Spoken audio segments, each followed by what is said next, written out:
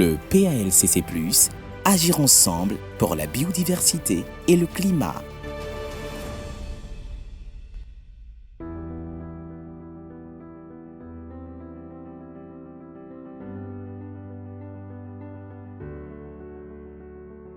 Bonjour chers participants, nous sommes là aujourd'hui pour poursuivre les présentations autour de la thématique de la foresterie communautaire au cœur du développement durable et de la résilience climatique.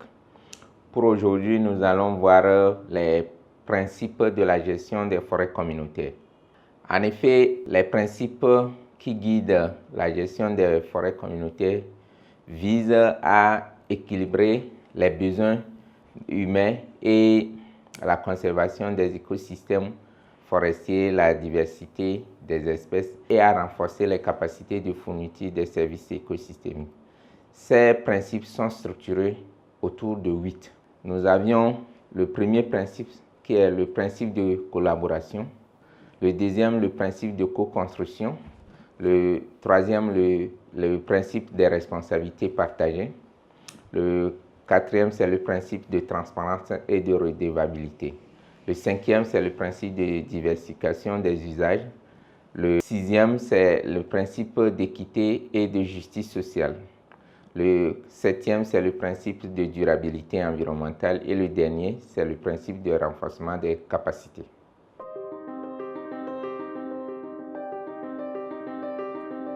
Le principe de collaboration, c'est un principe qui consiste à prendre les décisions de façon concertée. Qu'est-ce que cela signifie? Cela suppose que vous avez mis en place des mécanismes qui permettent à tous les utilisateurs directs et indirects, notamment les détenteurs des droits fonciers qui sont propriétaires des terres et les autres utilisateurs qui se réunissent et même des villages riverains si ces villages ne sont pas propriétaires des terres, mais qui doivent aussi être impliqués. Et ces dispositions vous permettent de vous réunir pour échanger, discuter sur les idées de gestion afin de pouvoir prendre les décisions de façon consensuelle. Et ces décisions, lorsqu'elles sont prises de façon consensuelle, elles favorisent l'inclusion, la transparence et l'engagement de tous les acteurs dans la gestion de votre forêt communautaire.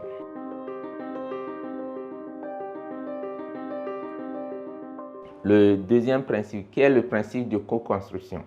Ce principe de co-construction va vous permettre de définir une vision sur la gestion de vos ressources, c'est-à-dire les ressources de la forêt communautaire. Et qu'est-ce que cela veut dire concrètement? Ça veut dire que vous vous êtes retrouvés pour imaginer quel va être le présent, l'avenir de nos ressources.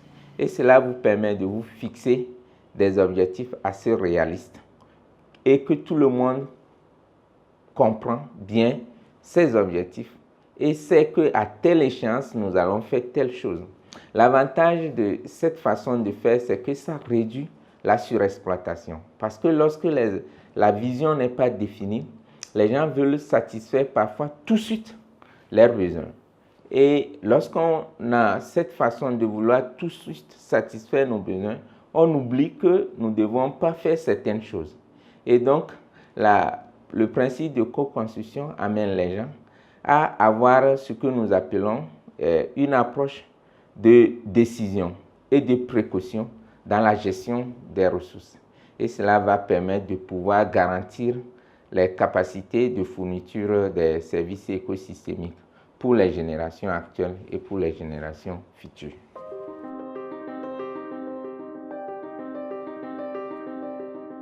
Le principe des responsabilités partagées, comme le nom l'indique, ça encourage les gens à être beaucoup plus responsables. Donc, les gens sont davantage responsabilisés. Cela favorise la coopération. Tout le monde sait ce qu'il doit faire. Et cela permet de mobiliser tous les acteurs parce que tout le monde sait que j'ai telle responsabilité vis-à-vis de la gestion de nos ressources.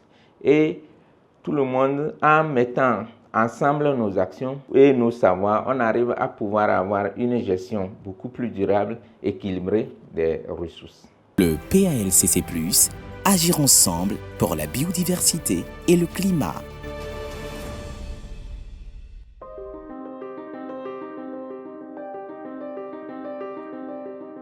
Le principe de transparence et de redevabilité, c'est un principe assez fondamental parce que c'est là que parfois les sources ou les relents des conflits. Ça trait surtout à l'utilisation des revenus, des gains. Parce que lorsque les gens ne savent pas comment les ressources financières sont gérées, comment les dépenses sont effectuées, comment les fonds que nous engageons sont utilisés, ça crée des suspicions. Et donc, ça conduit à un climat de suspicion qui va plutôt amener la gestion à d'autres personnes à ne plus s'impliquer davantage dans la gestion de ces ressources. Et donc, pour opérationnaliser ce principe, vous devez mettre en place une gestion assez ouverte et responsable des finances, surtout la reddition des comptes. La reddition des comptes, cela veut dire que vous devez faire des rapports financiers qui doivent être réguliers, peut-être trimestriels, pour que les gens comprennent qu'est-ce qui se passe et aussi mettre en place des dispositions d'audit, notamment les audits internes. C'est-à-dire que les gens puissent à chaque fois vérifier les dépenses et pouvoir faire des comptes rendus.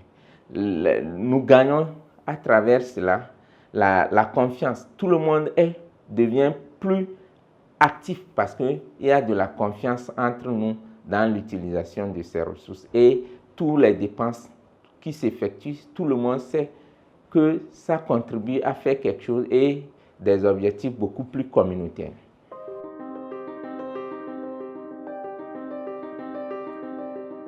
Le principe de diversification des usages, c'est un principe assez fondamental qui vise à réduire votre dépendance sur une seule source de revenus. Et cela implique de pouvoir diversifier les sources de revenus liées aux activités économiques de la forêt. Et cela va dépendre de comment vous avez évalué le potentiel de valorisation de votre forêt. Si vous avez pu évaluer le potentiel économique de votre forêt, ça va vous permettre de mettre en place des activités qui puissent procurer des ressources, notamment les activités d'agroforesterie. Vous pouvez faire de la culture ou d'exploitation de bois d'œuvre ou de bois énergie, les produits forestiers non ligneux comme les fruits. Vous pouvez valoriser quels fruits on peut mettre. Même si les fruits sont insuffisants, vous pouvez planter et pouvoir les récolter et vendre. Cela va vous permettre de diversifier les activités. Souvent, on met plus l'accent sur l'écotourisme, mais qui est souvent hypothétique parce que si vous n'avez pas parce que l'écotourisme n'est pas seulement lié à la forêt, au potentiel même de la forêt, mais il y a des conditions cadres du milieu parfois qui ne dépendent pas des communautés. Par exemple, si vous n'avez pas des routes, vous n'avez pas des hôtels, la communauté ne peut pas se mettre à construire tout ça là pour promouvoir l'écotourisme. Donc souvent, c'est quelque chose qui est très bien, mais c'est assez hypothétique parce qu'il y a des conditions cadres qui ne dépendent pas de la communauté. Et cela vous permet, lorsque vous essayez d'élargir les sources de revenus, cela vous permet d'optimiser l'utilisation de vos ressources et de pouvoir garantir donc la durabilité de votre forêt.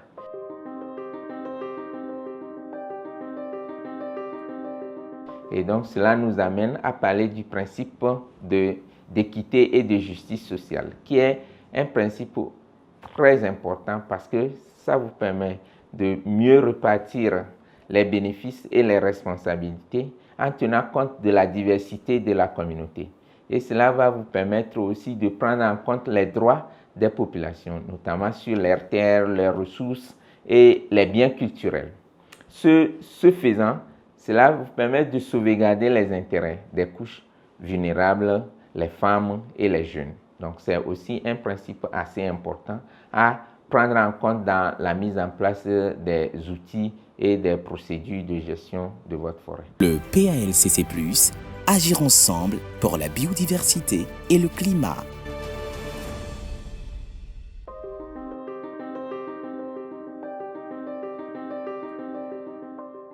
Le principe de durabilité environnementale, c'est quoi ce principe? C'est un principe assez important qui vous permet de pouvoir mettre en œuvre des pratiques de gestion qui préservent la biodiversité, qui protègent vos écosystèmes et qui maintiennent la santé de votre forêt.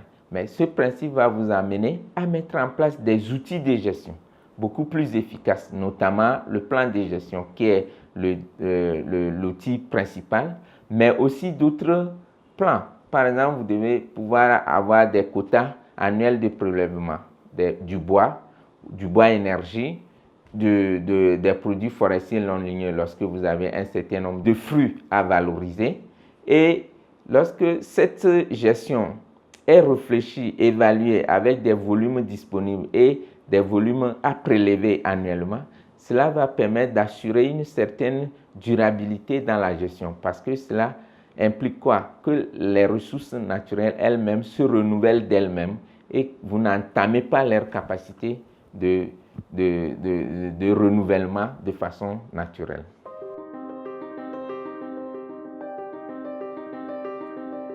Le dernier principe, c'est le principe de renforcement des capacités.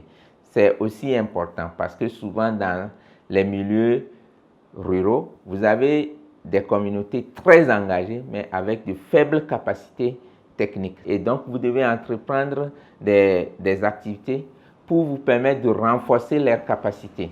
Le renforcement peut se faire au niveau technique et au niveau aussi dans les procédures, dans la mise en place des procédures, dans la compréhension, dans les activités de gestion, les activités de surveillance, les activités de restauration, de reboisement, les activités d'exploitation, tout ça là c'est des métiers. Et donc vous devez faire des renforcements de capacités dans ce sens. Et cela va nécessiter donc d'établir des partenariats avec ceux qui ont du savoir-faire pour vous permettre d'abord de bénéficier de leur savoir-faire et vous aider à mobiliser les ressources financières nécessaires à la mise en œuvre de ces actions. Mais le dernier, c'est aussi pouvoir assurer l'éducation et la sensibilisation des membres de la communauté pour que tout le monde puisse comprendre la nécessité de pouvoir s'investir dans la gestion de votre forêt communautaire et apporter sa contribution à sa préservation.